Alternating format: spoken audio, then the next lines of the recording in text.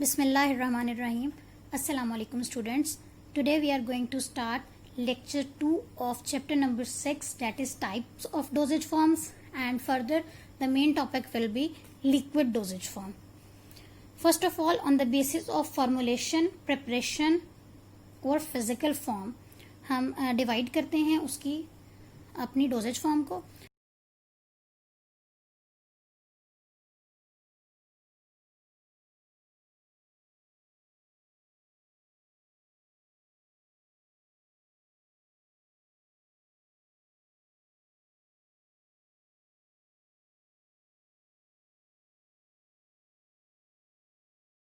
सबसे पहले आएगी liquid dosage forms. Liquid dosage form में आ जाएंगे solutions, syrups, elixirs, spirits, tinctures, liniments, lotions, sprays, aerosols, inhalations, disperse systems and parenteral preparations.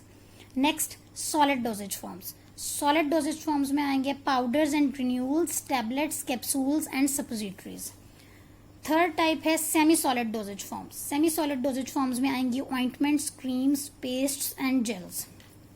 ये तो थी on the their physical appearance या फॉर्मुलेशन के तरीके पे. Next we will classify the dosage forms on the basis of route of administration.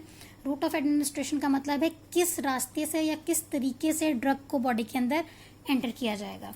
इसमें सबसे पहले आ जाता है ओरल रूट. ओरल कहते हैं माउथ को. बाय माउथ आप जो जो प्रिपरेशंस ले सकते हैं उनमें ओरल सॉल्यूशंस आ जाते हैं. Syrups, elixirs, oral suspensions, emulsions, magmas, powders, granules में एफरवेसेंट ग्रेन्यूल्स होते हैं. फिर आ जाती हैं टैबलेट्स, कैप्सूल्स. नेक्स्ट है पैरेंट्रल प्रिपरेशंस. वो प्रिपरेशंस हैं जो कि आप इंजेक्शन के जरिए अपनी बॉडी के अंदर इंजेक्ट करते हैं. इनमें इंट्राक्यूटेनियस और इंट्राडर्मल आ जाएगा, जो कि आप स्किन में बीनीथ द एपिडर्मिस अपनी अपर लेयर ऑफ स्किन के नीचे इंजेक्ट करते हैं. और कितनी क्वांटिटी इंजेक्ट की जा सकती है वो है 0.1 to 0.2 ml. बहुत कम अमाउंट में आप इंट्राक्यूटेनियस या इंट्राडर्मल इंजेक्शंस देते हैं. और मोस्टली ये एलर्जिक टेस्टिंग के लिए होते हैं. इंट्राडर्मल रूट आप यूज करते हैं. नेक्स्ट है subcutaneous route, beneath the surface of skin. Subcutaneous layer of skin में आप इंजेक्ट करते हैं. 1 ml और लेस अमाउंट ऑफ ड्रग करते हैं. इंसुलिन जो इंजेक्ट की जाती है वो सबक्यूटेनियसली इंजेक्ट की जाती है. नेक्स्ट है इंट्रावेनस है directly injected into the when. आपके ब्लड स्ट्रीम के अंदर, आपके ब्लड के अंदर डायरेक्ट इंजेक्ट करते हैं. 1 ml to 500 ml और मोर. ये वो आपका रूट है जिसके अंदर सबसे ज्यादा अमाउंट में आप ड्रग को इंजेक्ट कर सकते हैं, लेकिन स्लोली. 1 ml to 500 ml और मोर. नेक्स्ट है इंट्रामस्कुलर रूट में आप ड्रग को स्केलेटल मसल के अंदर इंजेक्ट करते हैं और अप टू 2 ml तक आप लिक्विड को इंजेक्ट कर सकते हैं. इसके बाद आता है less commonly used route are intrathecal route. Intrathecal जब ड्रग को स्पाइनल कॉर्ड के अंदर इंजेक्ट किया जाता है तो उस रूट को हम इंट्राथीकल कहते हैं. इंट्रा आर्टिकुलर रूट जब आपके ज्वाइंट के अंदर इंजेक्शन दिया जाता है तो उस रूट को इंट्रा आर्टिकुलर कहते हैं. और इंट्राकार्डियक अगर हार्ट में इंजेक्शन दिया जाए तो वो इंट्राकार्डियक रूट है. नेक्स्ट है ट्रांसडर्मल या टॉपिकल. ट्रांसडर्मल होता है थ्रू स्किन. आपने अगर कभी देखा हो छोटे छोटे पैचेस अवेलेबल होते हैं जो स्किन पे अप्लाई कर दिए जाते हैं फॉर डिफरेंट ड्रग एक्शन. ठीक है, टेप्स की तरह के आपके हैं. डोजेज फॉर्म है जो कि अवेलेबल है. आप स्किन पे पेस्ट कर देते हैं और स्किन के थ्रू एब्जॉर्प्शन होती है. ऐसे रूट को हम ट्रांसडर्मल रूट कहते हैं. और दूसरा टॉपिकल रूट है, वो भी स्किन के ऊपर अप्लाई कर दिया जाता है. उसको हल्का सा रब करके अप्लाई कर देते हैं और थ्रू स्किन जो है वो ब्लड के अंदर एंटर हो जाता है. इनमें लोशंस हैं, लिनेमेंट्स हैं, ointments, creams, paste, topical powders, transdermal patches हैं, जेल्स हैं, ईयर ड्रॉप्स या आई ड्रॉप्स. नेक्स्ट है इनहेलेशनल रूट. इनहेलेशनल रूट का मतलब है वो रूट जो कि सांस के जरिए ड्रग आपकी बॉडी के अंदर एडमिनिस्टर की जाए. इसमें नेजल डीकंजेस्टेंट सोल्यूशन आ जाते हैं.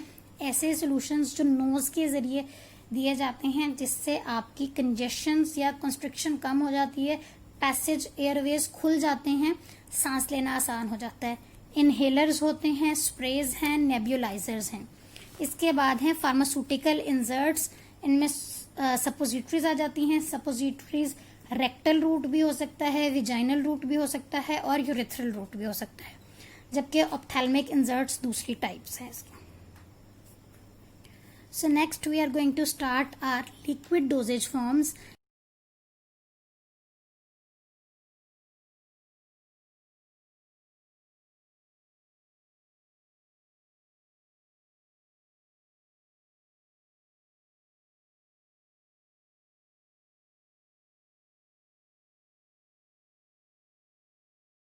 लिक्विड डोजेज फॉर्म में हम सबसे पहले जो डोजेज फॉर्म स्टार्ट करने लगे हैं डेट इज सॉल्यूशंस।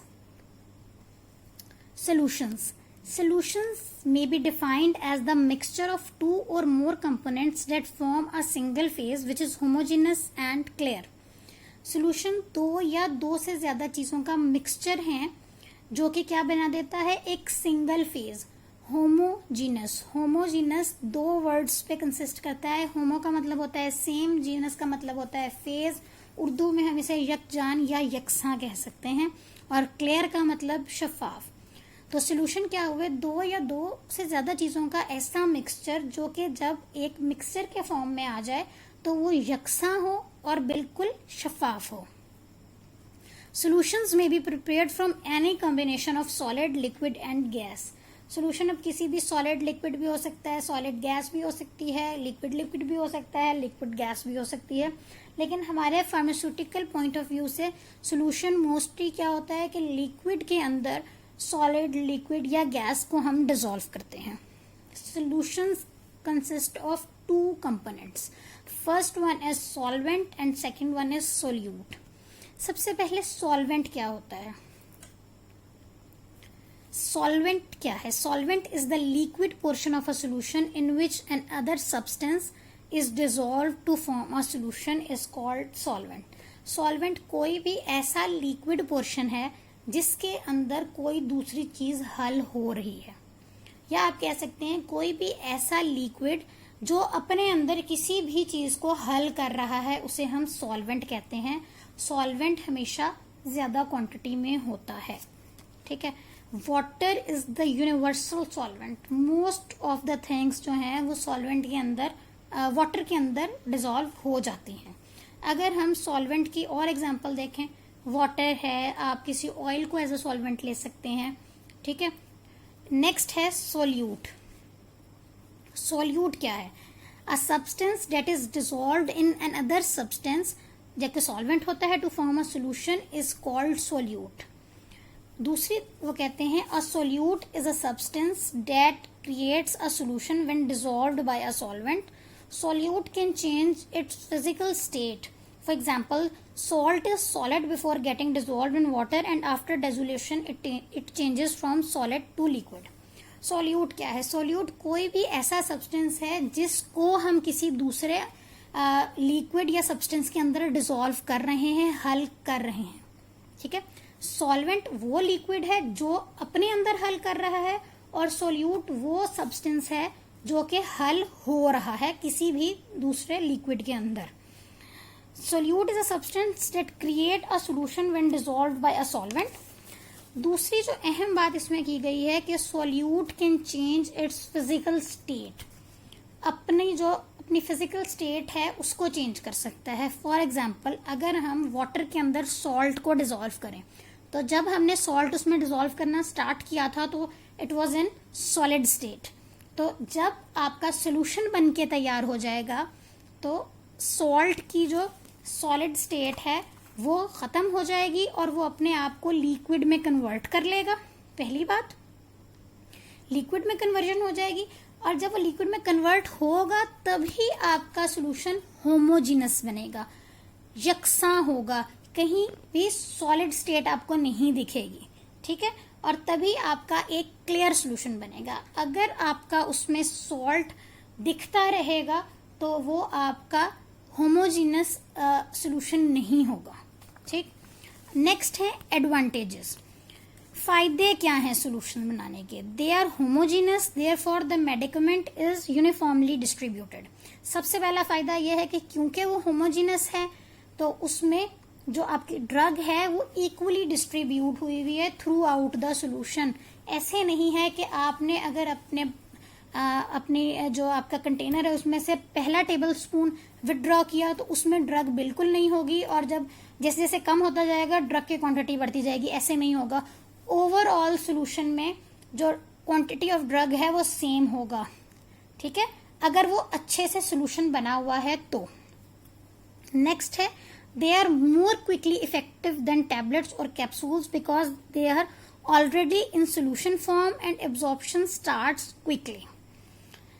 यहाँ पे एक बात मैं आपको बताऊं, they are more quickly effective. मैं ये नहीं कह रही कि दे आर मोर इफेक्टिव, मैं कह रही हूँ they are more quickly effective. ये ज्यादा जल्दी असर कर देते हैं as compare to tablets and capsules. और क्यों ज्यादा जल्दी असर करते हैं? वो इसलिए करते हैं क्योंकि ये पहले ही सोल्यूशन फॉर्म में है। अगर हम टैबलेट या कैप्सूल लेंगे तो वो क्या होता है, वो हमारी बॉडी के अंदर जाएगा और वो इतना टाइम लेगा जितने में वो डिसॉल्व होके अपनी ड्रग को लिबरेट करे। जबकि सॉल्यूशंस जो हैं वो ऑलरेडी लिक्विड फॉर्म में है, ऑलरेडी ही सॉल्यूशन है, और जैसे ही बॉडी में जाएगा और ड्रग रिलीज होगी और वो एब्जॉर्प्शन शुरू हो जाएगी या एब्जॉर्प्शन शुरू हो जाएगी। They can easily be coloured, flavoured and sweetened. जाहिर है लिक्विड है, आप लिक्विड को अच्छे से, उसमें कलरिंग एजेंट भी अच्छे से डिसॉल्व हो जाएगा अगर वो उसके साथ जो है वो उसके साथ का है, कलर्ड भी हो जाएगा, फ्लेवरिंग एजेंट भी सही से डिसॉल्व हो जाएगा और स्वीटनिंग एजेंट भी आराम से डिसॉल्व हो जाएंगे। चिल्ड्रन और patients who can not swallow tablets और capsule can easily ingest solutions. ऐसे ये हमारी उन दो एज ग्रुप्स को फोकस करता है जो कि टैबलेट्स या कैप्सूल इनटेक नहीं कर सकते। पीडियाट्रिक्स और जेरियाट्रिक्स। पीडियाट्रिक्स कहते हैं बच्चों को, जेरियाट्रिक्स कहते हैं बूढ़ों को, जो कि टैबलेट को स्वेलो नहीं कर सकते तो वो आराम से सिरप इनटेक कर सकते हैं। डिसएडवांटेज क्या है? They are less stable as compare to solid dosage form because deterioration is faster in solutions. ये लेस स्टेबल हैं, स्टेबिलिटी वाइज ये उतने अच्छे नहीं हैं जितने हमारी सॉलिड डोजेज फॉर्म्स हैं। और ये क्यों अच्छे नहीं है? क्योंकि इसमें पहले से वाटर एडेड है। जिस भी प्रोडक्ट में वाटर एडेड है उसमें माइक्रोबियल ग्रोथ के चांसेस बहुत ज्यादा होते हैं, तो ये ज्यादा जल्दी खराब हो सकता है, इनकी शेल्फ लाइफ इतनी ज्यादा नहीं होती। In some medicaments their unpleasant taste and flavour is difficult to mask.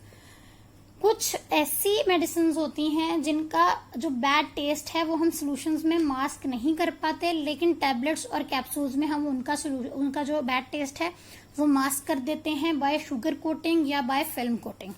तो ये उतने अच्छे टेस्ट मास्कर्स भी नहीं हैं। नेक्स्ट है सॉल्युबिलिटी। सॉल्युबिलिटी क्या है? हल पजीरी।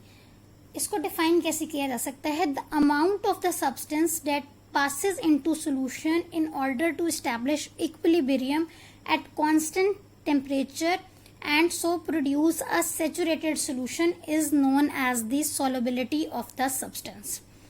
Solubility वो अमाउंट ऑफ सोल्यूट है या वो अमाउंट ऑफ सब्सटेंस है जो कि जब हम सोल्यूशन में ऐड करना शुरू करें या सॉल्वेंट में ऐड करना शुरू करें तो वो इक्विलिब्रियम रीच करना चाहे। वाटर की हमेशा सी एबिलिटी है कि वो इक्विलिब्रियम स्टेट रीच करना चाहता है।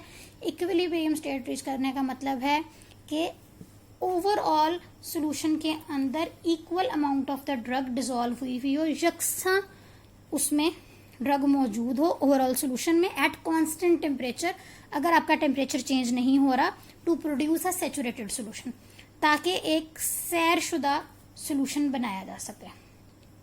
यहाँ पर एक है सैचुरेटेड, अनसैचुरेटेड और सुपर सैचुरेटेड सॉल्यूशन। ठीक, इसकी डेफिनेशंस मैं आपको लास्ट में दे दूंगी। नेक्स्ट है BP. BP define the solubility in an approximate manner. BP क्या है? ब्रिटिश फार्माकोपिया डिफाइन करती है सॉल्युबिलिटी को किस तरह कि number of parts of the solvent required to dissolve one part of solute, कि कितने पार्ट्स ऑफ सॉल्वेंट या कितने सॉल्वेंट के हिस्से एक पार्ट सोल्यूट को डिसॉल्व कर सकती है, एक हिस्सा सोल्यूट को डिसॉल्व कर सकती है। बीपी के मुताबिक number of parts of solvent requires to dissolve one part of solute. ये है रिलेटिव टर्म्स ऑफ सॉल्युबिलिटी का एक टेबल इन्होंने नीचे दिया हुआ है। इस साइड पे अगर आप लेफ्ट साइड पे देखें तो उसमें डिस्क्रिप्टिव टर्म्स हैं, और राइट साइड पे देखें तो parts of solvent required for 1 part of solute. ठीक है, यहाँ पे 1 पार्ट ऑफ सोल्यूट आपका जो है वो कांस्टेंट वैल्यू है, और नीचे जो टेबल में जितनी भी वैल्यूज दी हुई हैं ये आपके सॉल्वेंट की हैं। सबसे पहले वेरी सॉल्युबल, अगर आपका 1 part of solute less than 1 part of solvent में डिसॉल्व हो रहा है तो इट मीन्स कि आपका जो सोल्यूशन है, आपका जो सोल्यूट है वो वेरी सॉल्युबल है। ठीक है, 1 part of solute is dissolved in less than 1 part of solvent. If 1 part of solute is dissolved in 1 to 10 parts of solvent, then your solute is freely soluble. अगर solute का एक part solvent के 1 से 10 parts में dissolve हो रहा है तो आपके सोल्यूट को हम फ्रीली सॉल्युबल कहेंगे। अगर आपका एक पार्ट सोल्यूट का 10 से 30 पार्ट सॉल्वेंट में डिसॉल्व हो रहा है तो आप अपने सोल्यूट को सॉल्युबल कहेंगे। अगर एक पार्ट सोल्यूट का 30 से 100 पार्ट्स ऑफ सॉल्वेंट में डिसॉल्व हो रहा है तो उसे आप स्पैरिंगली सॉल्युबल कहेंगे। अगर एक पार्ट सोल्यूट का 100 से लेके 1000 पार्ट्स ऑफ सॉल्वेंट में डिसॉल्व हो रहा है तो इसे आप स्लाइटली सॉल्युबल कहेंगे। इसी तरह अगर एक पार्ट सोल्यूट का 1000 से 10,000 पार्ट्स ऑफ सॉल्वेंट के अंदर डिसॉल्व हो रहा है तो उसे आप क्या कहेंगे, very slightly soluble. And if 1 part of solute can not be dissolve in 10,000 parts, अगर एक पार्ट सोल्यूट का 10,000 पार्ट सॉल्वेंट्स के अंदर भी डिसॉल्व नहीं हो रहा तो आप उसको प्रैक्टिकली इनसॉल्युबल या इनसॉल्युबल कहेंगे। ये वैल्यूज आपने याद करनी है, ये आपको एमसीक्यूज में आ सकती हैं।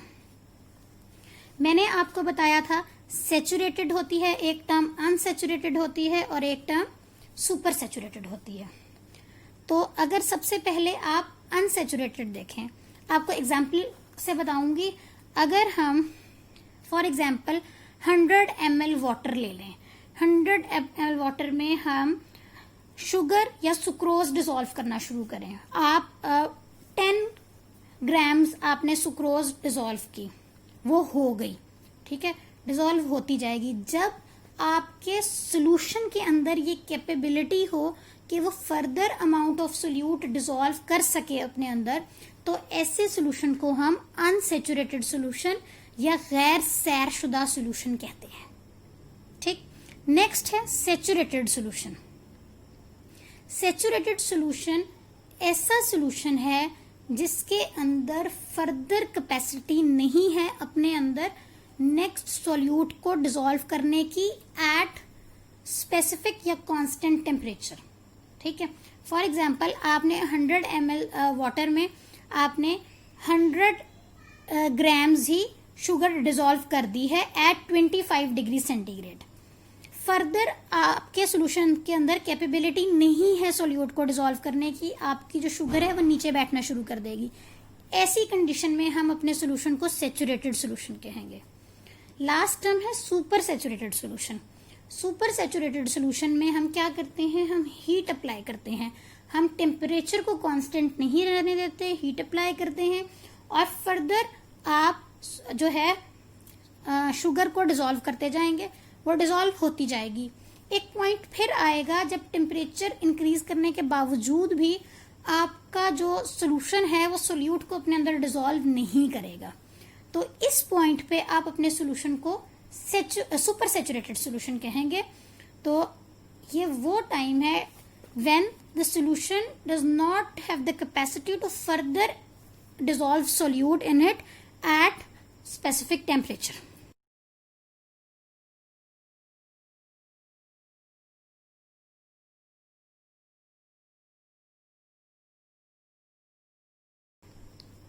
ठीक है, ये रिटर्न आपको वीडियो के एंड में मिल जाएगा।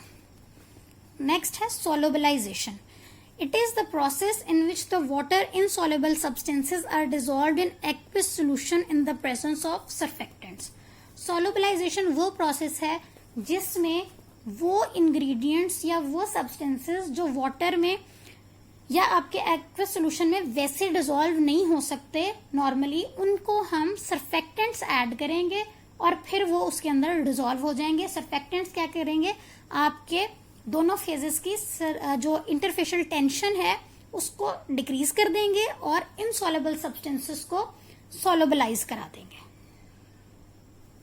नेक्स्ट है आपकी टाइप्स ऑफ सॉल्यूशंस।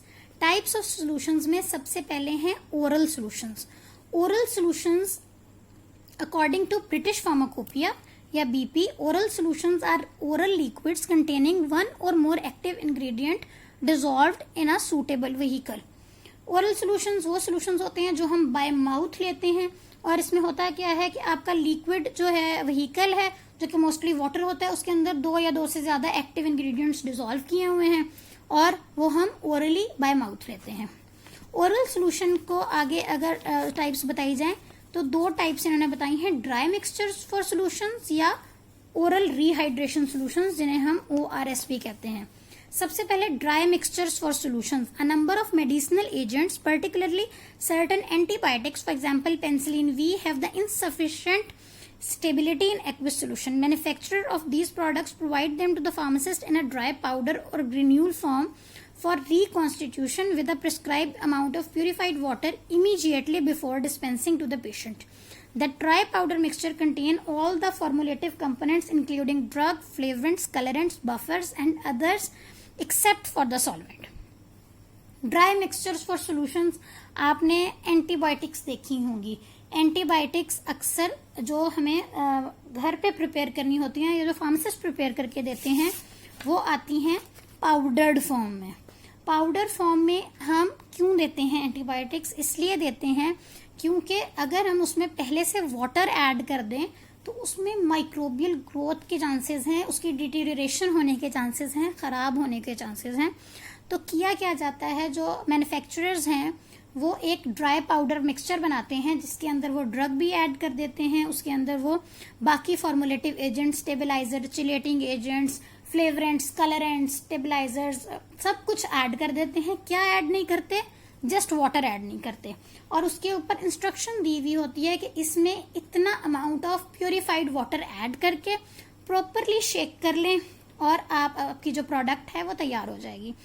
एंटीबायोटिक्स जब आपने प्रिपेयर कर ली, वाटर ऐड कर लिया, तो ऐसे प्रोसेस को हम रिकॉन्स्टिट्यूशन कहते हैं कि सर एक दफा पहले बना हुआ है, हमने उसमें वाटर ऐड करके मिक्सचर बनाया, ये रिकॉन्स्टिट्यूशन हो गई। आफ्टर रिकॉन्स्टिट्यूशन आप एंटीबायोटिक को 7 डेज तक यूज कर सकते हैं अगर आप उसे रूम टेम्परेचर पे रखें, और अगर आप उसे फ्रिज में रखते हैं तो आप उसे 14 डेज तक इस्तेमाल कर सकते हैं।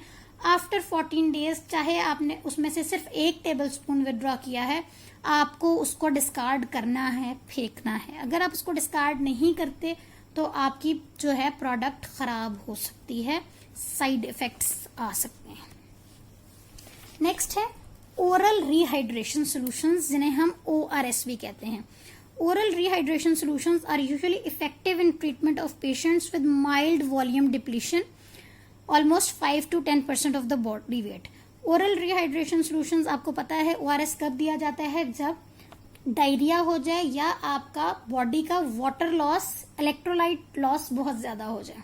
ठीक है, कितना लॉस हो जाए तो ORS कवर कर सकता है, अगर आपके टोटल बॉडी वॉल्यूम का 5 to 10% की डेफिशिएंसी हो जाए तो ORS उसको कंपनसेट कर सकता है।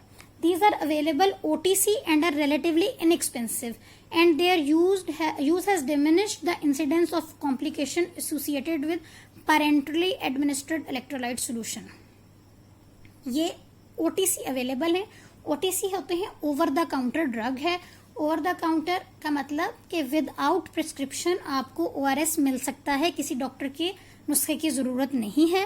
रिलेटिवली इनएक्सपेंसिव ये मीन है, सस्ता तरीका है, चीप है, मिल जाते हैं। और इसकी वजह से एक बड़ा फायदा ये हुआ है कि जब हम पैरेंटरली बाय इंजेक्शन या बाय इंट्रावेनस रूट हम इलेक्ट्रोलाइट्स देते थे तो उससे कॉम्प्लिकेशन के चांसेस बहुत होते हैं। ठीक है, उसमें असल में IV रूट में क्या होता है कि अगर तो इफेक्ट आ रहा है तो 100% आ रहा है। अगर उसका कोई साइड इफेक्ट है तो वो भी जाहिर है कंपैरेटिवली उतना ही हाई आएगा, अगर खुदा ना खास्ता वो रिएक्ट कर जाता है। तो कोशिश ये की जाती है कि अनटिल एंड अनलेस बहुत ज्यादा जरूरत ना हो तो आईवी रूट ना इस्तेमाल किया जाए। तो ओआरएस की वजह से ये जो ओरल रिहाइड्रेशन सॉल्यूशंस आ गए हैं, इनकी वजह से अब इलेक्ट्रोलाइट इम्बैलेंस में जो हम पैरेंटरली एडमिनिस्टर करते थे इलेक्ट्रोलाइट्स, वो उसकी कॉम्प्लिकेशंस बहुत कम हो गई हैं। यहाँ हमारा लिक्विड डोजेज फॉर्म में पहला टॉपिक जो कि है सॉल्यूशंस, वो खत्म होता है। Thank you.